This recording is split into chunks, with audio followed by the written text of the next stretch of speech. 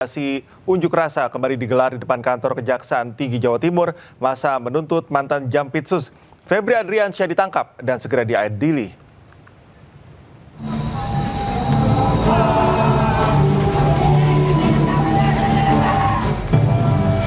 Gabungan Aliansi Masyarakat kembali menggelar aksi unjuk rasa di depan kantor Kejaksaan Tinggi Jawa Timur. Dalam aksinya, massa melakukan pembakaran ban dan melempari poster mantan Jampitsus Febri Adriansyah dengan telur busuk. Massa menuntut Febri segera ditahan dan diadili. Tuntutan kami simpel, Pak. Satu, tahan saudara Febri. Tangkap dan tahan saudara Febri. Itu tuntutan kami. Dan kami juga menyampaikan tadi bahwa apa sih keistimewaan saudara Febri sampai-sampai Jaksa Agung tidak berani melakukan penahanan terhadap saudara Febri. Aksi unjuk rasa berakhir setelah sejumlah perwakilan bertemu dengan pihak Kejati Jatim. Massa mengancam akan kembali melakukan aksi unjuk rasa jika tuntutan mereka tidak dipenuhi. Dari Surabaya, Jawa Timur, Hari Tambayong, iNews melaporkan. Pemirsa, untuk keempat kalinya secara berturut-turut aksi unjuk rasa terjadi di depan gedung Kejaksaan Agung. Massa menuntut Kejagung segera menangkap ex-Jampitsus Febri Adriansyah.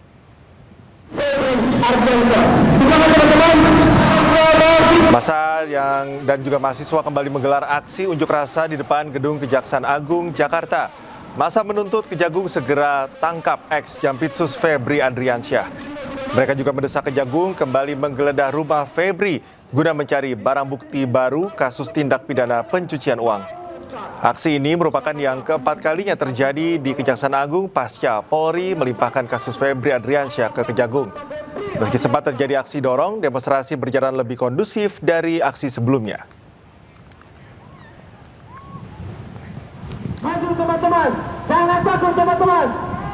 Revolusi, revolusi, revolusi, revolusi, revolusi. Dorong terus teman-teman, sampai buat.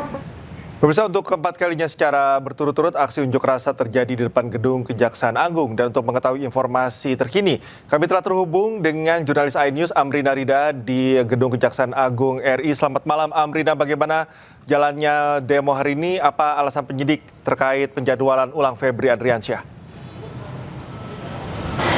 Iya, Cikal dan juga pemirsa, benar sekali bahwa memang tadi sore sempat kembali dilaksanakan ataupun juga berlangsung adanya aksi unjuk rasa di area gedung Kejaksaan Agung Republik Indonesia, yang mana tadi untuk demo sendiri memang sudah selesai ataupun juga sudah diakhiri sekira pada pukul 5 sore hari tadi.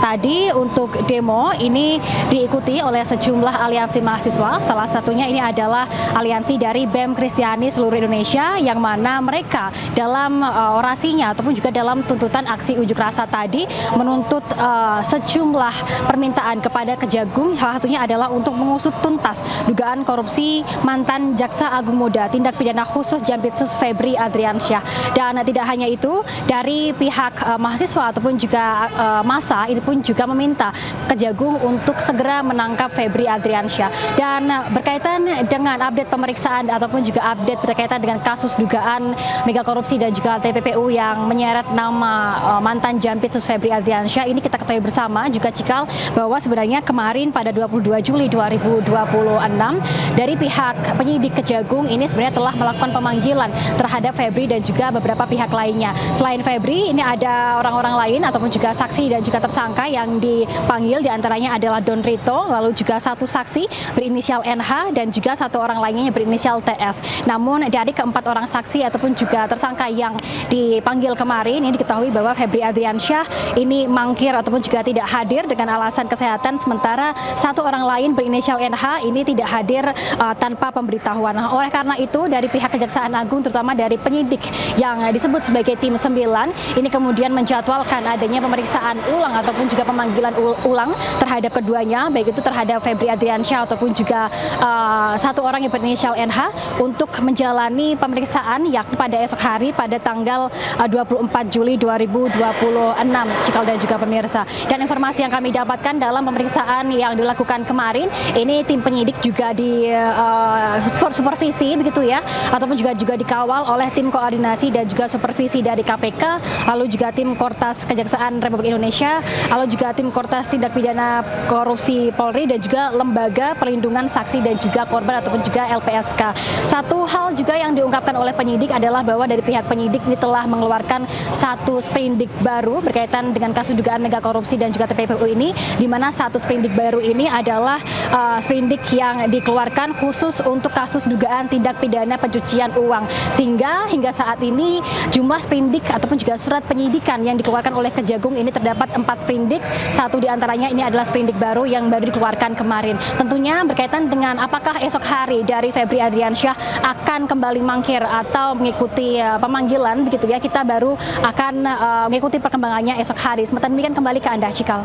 Baik, Amrina, terima kasih atas informasinya. Selamat bertugas kembali. Pemirsa, mangkir karena sakit ex-Jampitsus Febri Adriansyah dijadwalkan diperiksa lagi pada hari Jumat. Kapus Penkum Kejaksaan Agung sebelumnya telah melayangkan pemanggilan terhadap 4 orang di perkara dugaan TPPU.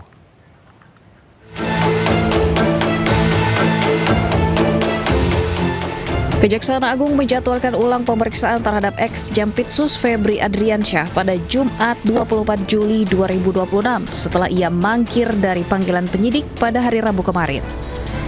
Febri diketahui absen dengan alasan kesehatan atau tengah sakit. Dalam keterangan resminya, Kepala Pusat Penerangan Hukum Kejaksaan Agung mengatakan penyidik telah melayangkan pemanggilan terhadap 4 saksi, yakni Febri, Donrito, NH, dan TS, serta seorang ahli tindak pidana pencucian uang. Namun dari keempat orang saksi tersebut, 2 orang tidak memenuhi panggilan, yakni FA dengan alasan kesehatan dan NH tanpa pemberitahuan. Febri Adriansyah dan Donrito merupakan tersangka kasus dugaan korupsi dan tindak pidana pencucian uang atau TPPU. Keduanya ditetapkan tersangka oleh Korps Pemberantasan Tindak Pidana Korupsi Polri dan Ditreskrimsus Polda Metro Jaya yang kini perkaranya telah dilimpahkan ke Kejaksaan Agung. Tim Liputan iNews melaporkan. Pemirsa, menilai penanganan kasus ex-Jampitsus Febri Adriansyah salah, mantan Menko Polhukam Mahfud MD menyampaikan surat terbuka ke Presiden Prabowo Subianto. Mahfud pun meminta Prabowo turun tangan dan mengalihkan kasus Febri ke KPK. Bapak Presiden yang terhormat, kami melihat dan merasakan pada saat ini perkembangan hukum kita sudah begitu buruk dan sangat mengkhawatirkan. Terasa ada ketidakadilan karena pasal-pasal hukum dioperasionalkan secara bertentangan dengan public common sense, yaitu logika dan kesadaran nurani publik. Memperhatikan perkembangan terkini terkait dengan kasus mantan Jampitsus Febri Adriansyah misalnya, saya menilai penanganannya sejauh ini sudah salah. Karena dilakukannya pengalihan penanganan penyidikan dari kepolisian ke kejaksaan. Mekanisme semacam ini tidak dikenal dan tidak pernah terjadi. Tidak dikenal dan tidak pernah terjadi sepanjang sejarah penegakan hukum di Indonesia. Dan ini memang tidak boleh terjadi. Karena coupling urusan dan kewenangan setiap institusi penegak hukum itu sudah ditentukan oleh undang-undang, yakni Kitab Undang-Undang Hukum Acara Pidana. Itulah kesalahan pertamanya. Tetapi kesalahan ini masih bisa diluruskan sekarang, mumpung belum terlalu jauh, yaitu dengan menggunakan pasal 10A Undang-Undang Nomor 19 Tahun 2019 tentang Komisi Pemberantasan Korupsi yang menggariskan bahwa KPK dapat mengambil alih suatu perkara yang ditangani kepolisian dan atau kejaksaan dengan 6 alasan. Dalam konteks ini, kalau proses penyelesaian kasus mantan Jampitsus ini ditangani oleh kejaksaan, akan ada konflik of interest. karena Febri Adriansyah akan diperiksa oleh kolega-koleganya sendiri di institusinya sendiri, padahal statusnya masih jaksa. Bapak Presiden, keadaan ini sangat merusak keindahan arsitektur pembangunan negara hukum kita yang telah diwariskan oleh para pendiri negara yang begitu agung. Keadaan yang saya rasakan belakangan ini, menurut saya sudah mengancam eksistensi bangsa kita. Bukan karena serangan dari luar, tetapi karena perusakan dari dalam. Pembusukan dari dalam kita sendiri. Ke informasi lain pemirsa, pengacara Hotman Paris Hutapea resmi mengundurkan diri sebagai kuasa hukum tersangka dugaan korupsi dan TPPU di PT Asabri, Febri Adriansyah. Keputusan tersebut diambil agar Hotman dapat fokus memulihkan kesehatannya. Pengacara Hotman Paris Hutapea resmi mengundurkan diri sebagai kuasa hukum tersangka dugaan korupsi dan TPPU di PT Asabri, Febri Adriansyah. Keputusan ini diambil agar Hotman dapat fokus memulihkan kesehatan pasca operasi saraf terjepit yang dinilainya kian memburuk. Hotman menjelaskan pemulihan kesehatannya terganggu karena memaksakan diri kembali bekerja sebelum masa istirahat 2 minggu pasca operasi bius total di Singapura pada 9 Juli 2026. Rasa sakit yang merambat dari pinggang hingga kaki membuatnya khawatir berisiko lumpuh jika terus menangani perkara berat. Hotman mengklaim harus mengonsumsi pereda nyeri sebelum terbang untuk pemeriksaan lanjutan. Di awal Juli saya sudah bolak-balik ke Medistra, termasuk Ibu Dokter Teni yang ngerawat. Terus saya akhirnya operasi saraf kejepit di rumah sakit di Singapura, di Novena. Di sana udah operasi tanggal 9. Persis kasus teman kita itu lagi rame. Terus menurut dokter di sana 2 minggu nggak boleh kerja. Anda tahu kan saya kerja 2 minggu ini, yang Anda tahu lah kasusnya kan. Ya akhirnya makin parah.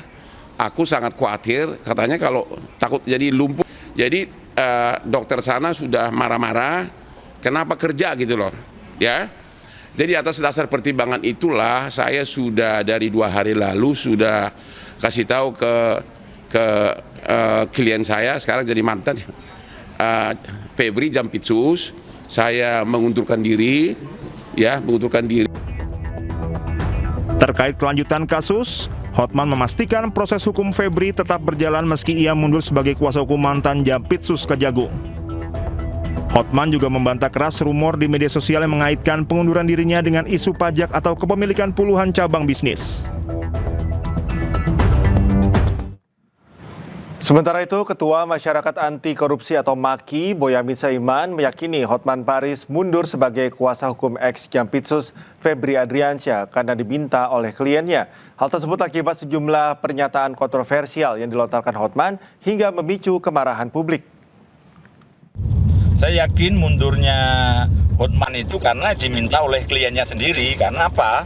Ya karena atas pembelaan yang blunder-blunder itu merugikan klien. Kalau diteruskan malah semakin antipati, sudah kliennya bisa jadi dianggap public enemy gitu, diserang netizen, lawyernya yang harusnya membela, mendinginkan suasana, malah justru jadi blunder juga jadi public enemy. Jadi kalau diteruskan ya malah yang paling rugi kliennya gitu, Pak Febri. Maka ya saya sudah menduga itu pasti akan diputus kontrak sebenarnya gitu. Soal kalimatnya mengundurkan diri itu ya akhirnya kan pasti komplain tuh Pak Febri, gimana ini kira-kira kan gitu. Dan tidak nyaman gitu. Yang jelas yang paling dirugikan dalam posisi ini kan klien gitu. Kalau Pak Hotman ya no problem aja gitu. Mungkin semakin kontroversial. Selain PWI Pusat, Media Independen Online atau MIO Indonesia juga melaporkan pengacara Hotman Paris Hutapea ke Polda Metro Jaya. Laporan tersebut terkait dugaan penghinaan terhadap profesi wartawan.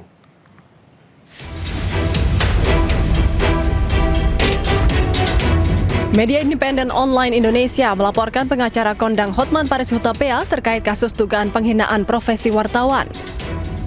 Pelapor didampingi kuasa hukum Pitra Romadoni untuk menjalani pemeriksaan di Polda Metro Jaya. Ia mengatakan saat ini sudah ada belasan saksi dan bukti-bukti tambahan seperti flash disk dan rekaman video. Pemeriksaan tambahan ya sekaligus ada bukti-bukti tambahan juga. Dan kami kira sudah belasan ya saksi-saksinya ya, sudah sangat banyak sekali ya. Banyak dan ini pemeriksaannya dilakukan secara maraton. Ya, makanya kita berharap dalam waktu dekat ini saudara HPA segera dipanggil.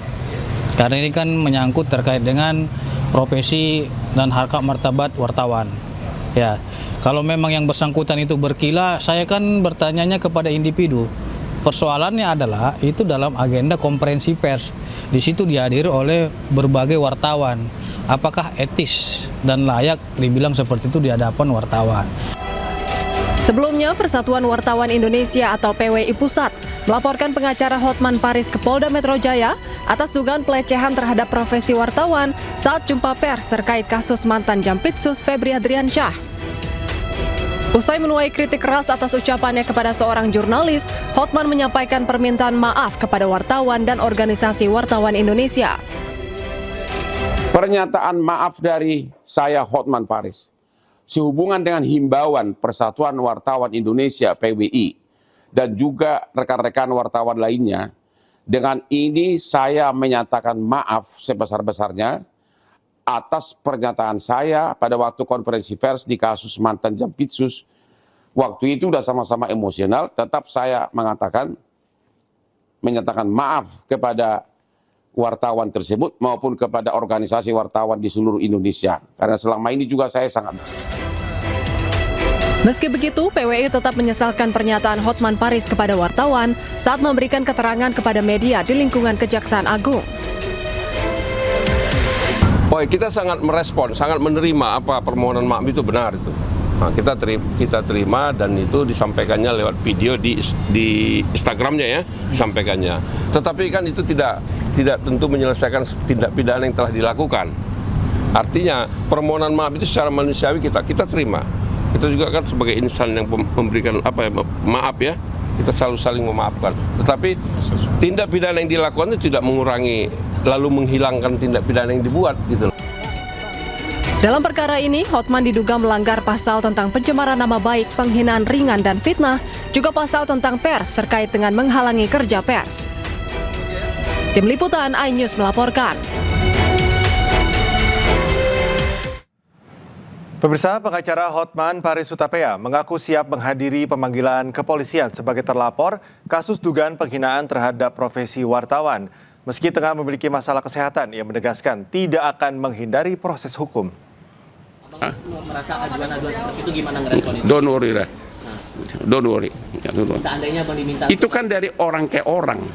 Kan gua terangin dia panjang lebar, dia terus ngotot, akhirnya harusnya jawabannya, lu ngerti nggak sih? Gue bilang sama saja dengan otak, lu punya otak sih kok nggak ngerti itu loh. Dan itu ke oknum lu, bukan ke organisasi. Jadi itu delik aduan, bukan delik pers gitu loh. Tapi seandainya Abang diminta untuk klarifikasi... Ya pasti datang lah kalau dipanggil. Aduh, gua kan cukup itu aja, Bu, ya. Jadi nggak ada apa-apa. Itu nggak masalah. Kalau gua bilang, lu ngerti nggak sih? Itu artinya lu itu siapa? Ya kau kan? Kau itu siapa? Perorangan. Gua kan nggak pernah menyinggung lembaga pers. Dan juga itu bukan ke press conference, itu kan dan sidang selesai dan ditutup. Hadirin dimohon berdiri, majelis hakim bersiap. Suasana sidang eksepsi Tifauzia Tiasuma atau Dr. Tifa riuh setelah Hakim Pengadilan Negeri Jakarta Timur menerima eksepsi terdakwa kasus tudingan ijazah palsu Presiden ke-7 RI Joko Widodo. Dengan dikabulkannya eksepsi terdakwa, maka sidang Dr. Tifa yang didakwa melakukan tindak pidana fitnah dan pencemaran nama baik Presiden ke-7 RI Joko Widodo atas tudingan ijazah palsu tidak akan dilanjutkan ke tahap berikutnya.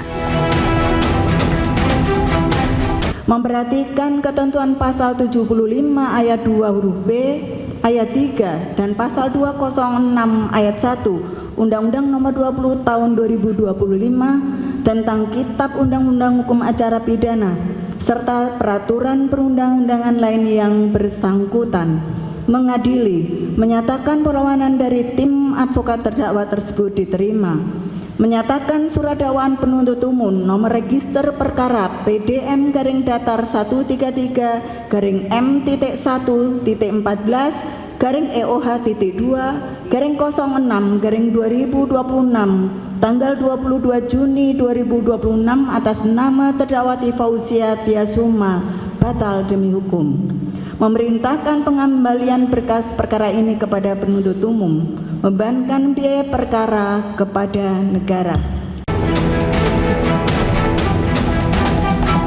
Hakim mengembalikan berkas perkara atas nama Dr. Tifa ke Jaksa Penuntut Umum dan membebankan biaya perkara kepada negara. Selanjutnya, Jaksa Penuntut Umum memiliki kesempatan untuk mengajukan perlawanan dengan menyusun ulang dakwaan. Tim Liputan iNews melaporkan.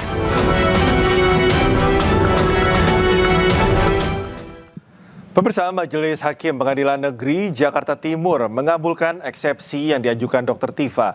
Majelis Hakim menilai surat dakwaan yang disusun oleh JPU tidak memenuhi syarat material karena disusun secara tidak cermat.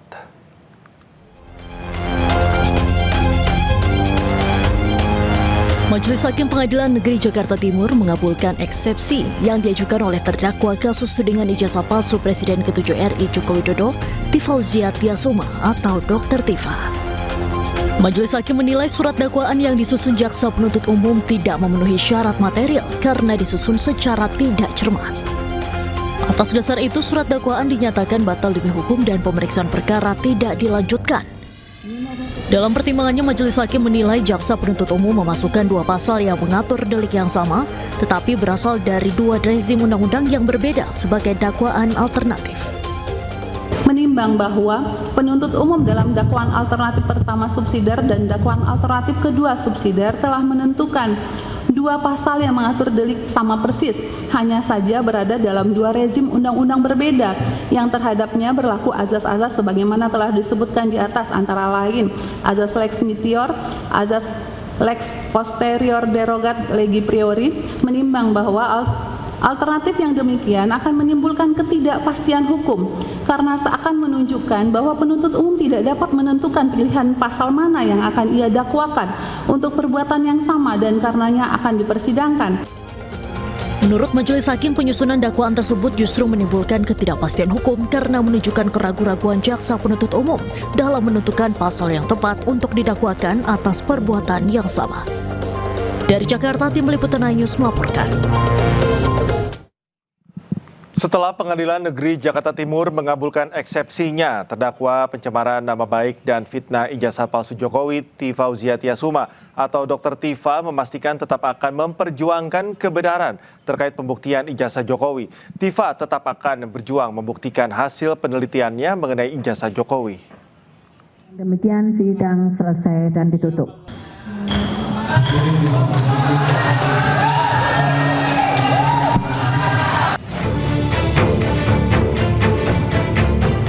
Majelis Hakim Pengadilan Negeri Jakarta Timur menerima eksepsi terdakwa Tifauzia Tiasuma alias Dr. Tifa dalam perkara pencemaran nama baik dan fitnah ijazah palsu Presiden ke-7 Republik Indonesia Joko Widodo pada Kamis pagi. Dengan putusan tersebut, persidangan ini tidak dilanjutkan ke tahap pembuktian alias berhenti.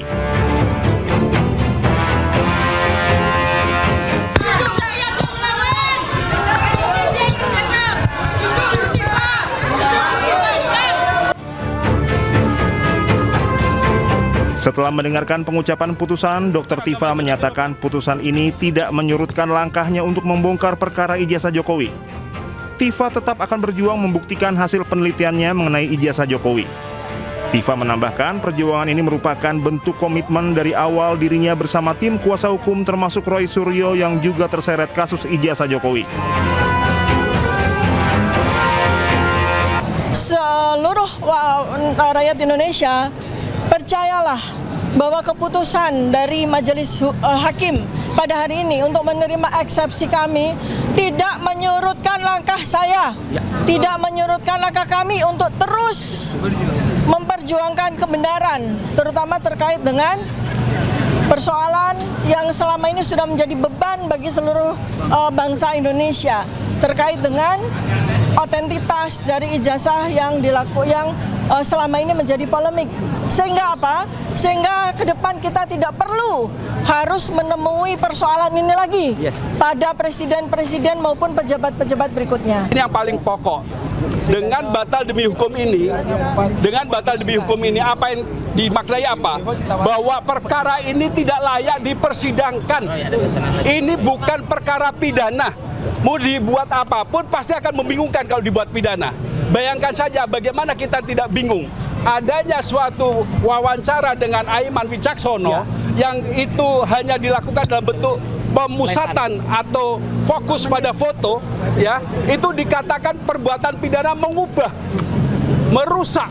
Bagaimana? Ijazah yang otentik. Bagaimana? Sebelumnya, Majelis Hakim Pengadilan Negeri Jakarta Timur menerima eksepsi terdakwa Tifauzia Tiasuma alias Dr. Tifa dalam perkara pencemaran nama baik dan fitnah ijazah palsu Jokowi pada Kamis pagi. Persidangan ijazah ini tidak dilanjutkan ke tahap pembuktian. Majelis Hakim menyatakan berkas perkara Dr. Tifa beserta seluruh barang bukti harus dikembalikan kepada jaksa penuntut umum.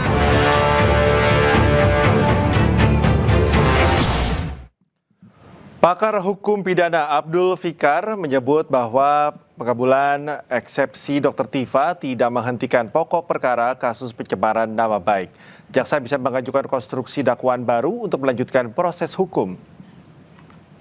Artinya dakwaan itu menjadi batal, ya, dinyatakan tidak diterima eksepsinya, kemudian batal majelis hakim menyatakan batal dakwaan, maka dakwaan itu menjadi batal. Tetapi batalnya dakwaan itu tidak menghapuskan perkaranya. Gitu. Artinya apa? Artinya jaksa masih punya hak atau kewenangan untuk mengajukan konstruksi baru dari dakwaan, dari konstruksi peristiwanya. Nah, peristiwanya seperti itu, kemudian dakwaannya harus dibuat sedemikian rupa sehingga dia tidak dinyatakan kabur. Bukan berarti bahwa Dr. Tifa itu bebas sementara, ya, artinya bebas tidak disidang, ya, karena dia bebas dari dakwaan yang sudah dibatalkan. Tetapi pokok perkaranya atau materi perkaranya, ya, perkara pencemaran nama baiknya itu masih tetap hidup. Artinya jaksa masih punya kesempatan merubah konstruksi dakwaan dan mengajukan kembali untuk disidangkan kembali. Saya kira begitu. Kuasa hukum Jokowi Rifai Kusumanegara mengaku menerima keputusan hakim. Rifai juga menegaskan pihak penuntut umum akan memperbaiki dakwaannya. Kasus pun tetap bisa berlanjut.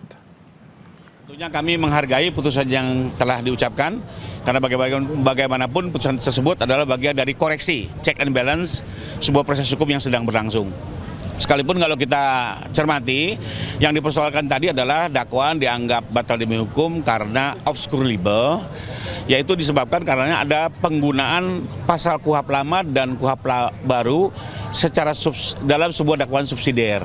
Ya, jadi kalau kita cermati ini lebih kepada persoalan penggunaan pasal KUHP lama dan KUHP baru dalam sebuah dakwaan subsidiar yang menurut majelis itu menyebabkan dakwaan kabur. Nah, terhadap putusan seperti ini, pihak jaksa biasanya nanti akan memperbaiki konstruksi pasalnya, ya, disesuaikan dengan amanah dalam putusan tersebut, dan kemudian nanti jaksa bisa mengajukan kembali dakwaan ke persidangan. Jadi kembali lagi ini lebih kepada koreksi dari bentuk dakwaan yang dianggap obscure libel dan tidak berkaitan dengan terhentinya perkara. Ini perkara tetap bisa berlanjut dan jaksa tinggal memperbaiki. Sementara menurut kuasa hukum Roy Suryo, Abdul Ghafur Sangaji, dikabulkannya eksepsi Dr. Tifa merugikan Joko Widodo karena tak bisa membuktikan keaslian ijazahnya. Namun kuasa hukum Jokowi, Firman Pangaribuan, menegaskan bahwa kliennya tidak dirugikan dengan apapun hasil keputusan persidangan. Saya kira kalau kemudian ini mengikat setelah perlawanan jaksa penuntut umum terhadap putusan Pengadilan Negeri Jakarta Timur juga ditolak oleh Pengadilan Tinggi DKI Jakarta, berarti pokok perkara kan tidak bisa lagi dilanjutkan. Apakah status ijazah ini asli atau palsu? Ya, artinya Pak Jokowi kehilangan juga hak hukum dan kesempatan hukum untuk membuktikan dalil-dalilnya atau tidak mampu untuk membuktikan kepada masyarakat Indonesia bahwa ijazahnya asli karena forum itu tidak ada lagi. Gitu, ini saya harus clearkan kalau ini. Oke, silakan Prof. Ya, ini kan adalah ya yang di sidang ini kan Bu Tifa sama Pak Roy. Jadi nggak ada urusannya dengan Pak Jokowi seperti itu ya. Bicara masalah ijazahnya, sebagaimana otoritas dari UGM sudah menyampaikan, tadi malam juga kita satu forum nih sama Bang Sang Haji, sudah kita dengar juga apa yang disampaikan oleh UGM, sudah disampaikan juga oleh KPU terkait verifikasi Pak Jokowi, sudah disampaikan juga oleh Puslapor dan oleh teman-temannya. Jadi saya pikir Pak Jokowi tidak.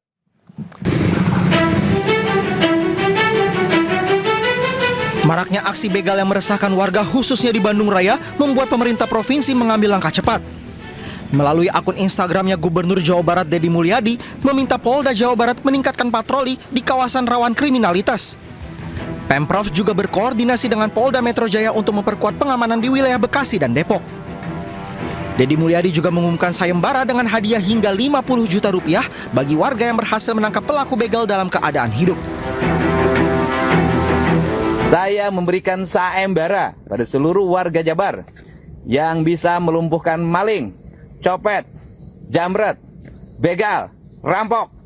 Kami siapkan hadiah dari 5 sampai 50 juta. Dari 5 juta sampai 50 juta yang mampu merumpuhkan berbagai aksi kejahatan dan menyerahkannya kepada kepolisian dalam keadaan hidup. Pernyataan warga boleh menindak tegas dan boleh melawan begal juga disampaikan oleh Kabid Humas Polda Jabar Kombes Pol Hendra Rohmawan.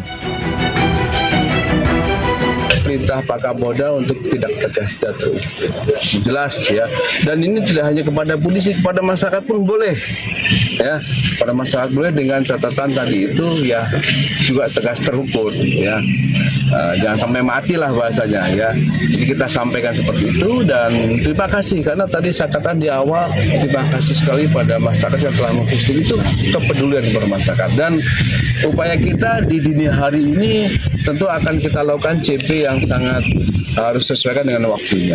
Ya, jadi pagi pukul 12 sampai jam dini hari ini merupakan jam-jam yang rawan, akan kita perbanyak ini personilnya, utamanya jam-jam libur ini. Dengan peningkatan patroli dan keterlibatan aktif masyarakat, diharapkan aksi begal yang meresahkan dapat ditekan dan tidak lagi memakan korban. Dari Bandung, Jawa Barat, Ervan David, iNews melaporkan. Pemirsa, tindak pidana khusus Kejaksaan Tinggi Jawa Timur menetapkan mantan Direktur Utama Perusahaan Daerah Taman Satwa Kebun Binatang Surabaya sebagai tersangka. Ia diduga korupsi penyalahgunaan keuangan senilai 10 miliar rupiah.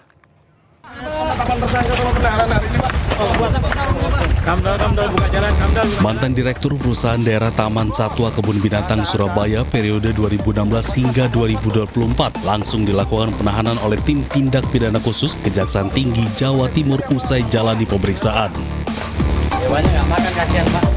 Tersangka diduga melakukan tindak pidana penyalahgunaan keuangan di mana uang tersebut merupakan uang operasional perusahaan, termasuk kebutuhan makan satwa di Kebun Binatang Surabaya yang merupakan ikon kota Surabaya.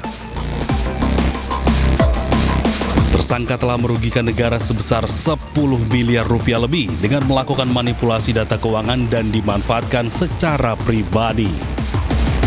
Pada malam ini kami menetapkan satu orang tersangka, yaitu atas nama inisial CA selaku Direktur Utama Perusahaan Daerah Taman Satwa Kebun Binatang Surabaya, secara melawan hukum atau menyalahgunakan kewenangan telah menggunakan uang anggaran PDTS KBS guna pengeluaran yang tidak sesuai dengan peruntukannya dan atau fiktif. Selanjutnya, tersangka akan menjalani masa penahanan selama 20 hari di Rutan Cabang Kejaksaan Tinggi Jawa Timur untuk pemeriksaan lebih lanjut serta pengembangan perkara sebelum nantinya dilimpahkan ke pengadilan. Dari Surabaya, Jawa Timur, Hari Tambayong, iNews melaporkan. Informasi selanjutnya, pemirsa, Presiden Prabowo Subianto menggelar rapat terbatas bersama Wakil Presiden Gibran Rakebuming Raka dan sejumlah Menteri Kabinet Merah Putih di Istana Kepresidenan Jakarta.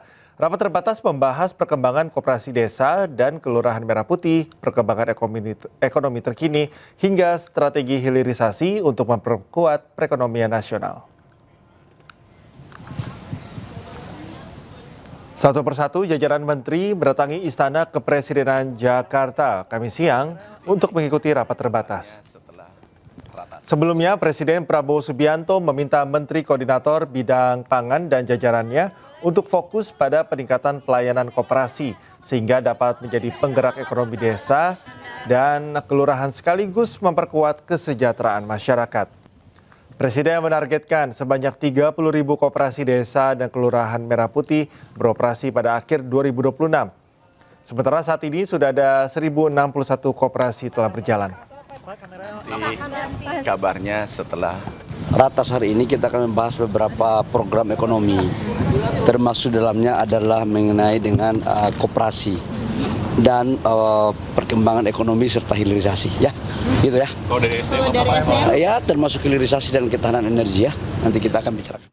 Pasukan Garda Revolusi Islam Iran meluncurkan rudal balistik dan drone ke pangkalan AS di Yordania.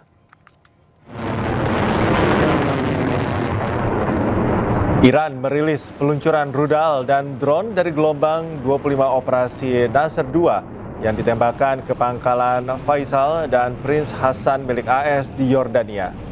Sebelumnya, serangan rudal Iran yang menargetkan pangkalan AS di Yordania menewaskan 2 prajurit Amerika Serikat. Serangan ini juga merupakan serangan balasan yang dilakukan oleh Amerika Serikat di wilayah Iran.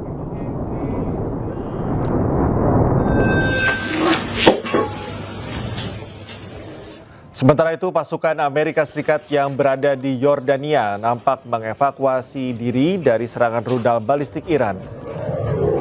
Pasukan Amerika Serikat memasuki bunker untuk mencari perlindungan.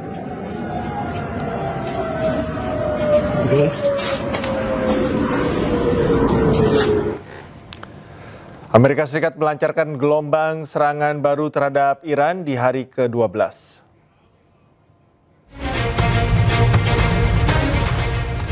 Komando Pusat AS atau CENTCOM melaporkan serangan ini bertujuan untuk melemahkan kemampuan Iran, terutama dalam menyerang kapal-kapal komersial di Selat Hormuz.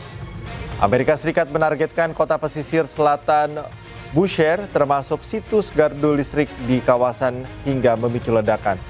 Sementara itu, Wakil Gubernur Provinsi Khuzestan menuturkan serangan rudal Amerika Serikat juga menghantam sebuah lokasi di pinggiran kota Admishek.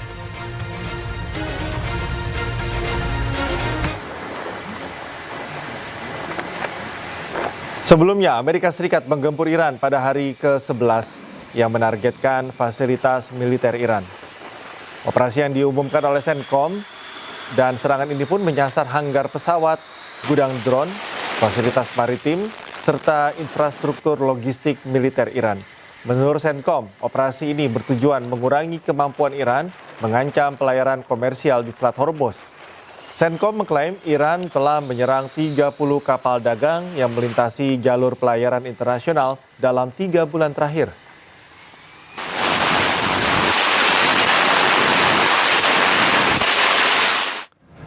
Pemirsa, 4 jenazah tentara Amerika Serikat telah dipulangkan usai tewas dalam perang melawan Iran di Irak dan Yordania. Presiden Donald Trump dan Menteri Perang Pete Hegseth memberikan penghormatan terakhir dalam prosesi pemulangan jenazah. Dan pemirsa, informasi yang akan hadir ini sekaligus menutup kebersamaan kita hari ini. Temukan informasi-informasi terbaru lainnya di www.inews.id. Cuplikan tayangan berita iNews dapat Anda saksikan di kanal YouTube @official iNews. Sesaat lagi rekan Aya Nufus akan hadir dalam program Interupsi. Terima kasih Anda telah menyaksikan iNewsroom. Tetap jaga kesehatan dengan rutin minum air mineral dengan kandungan mineral alami agar tubuh terasa lebih segar dan lebih sehat. Saya Jika Mutazam, terima kasih. Sampai jumpa.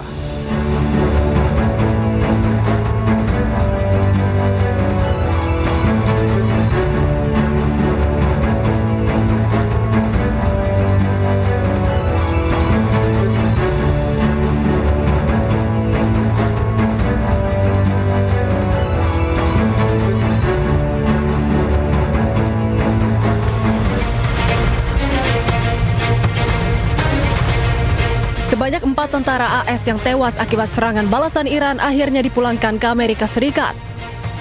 Jenazah tiba di Pangkalan Udara Dover, Delaware, Amerika Serikat pada Rabu. Kedatangan jenazah para prajurit tersebut disambut langsung oleh Presiden AS Donald Trump, Menteri Perang Pete Hegseth, serta Ketua Kepala Staf Gabungan Jenderal Dan Kane. Mereka nampak memberikan sikap hormat saat peti jenazah dipindahkan dari pesawat menuju kendaraan pengangkut. Keempat tentara diketahui gugur saat bertugas di Irak dan Yordania. 3 tentara tewas dalam serangan terpisah di Pangkalan Udara Muwafaq Salti di Yordania. Sementara 1 tentara tewas di Pangkalan Udara Erbil, Irak Utara. Mereka gugur akibat serangan balasan dari Iran di tengah memanasnya aksi saling serang antara AS dan Iran selama 2 pekan.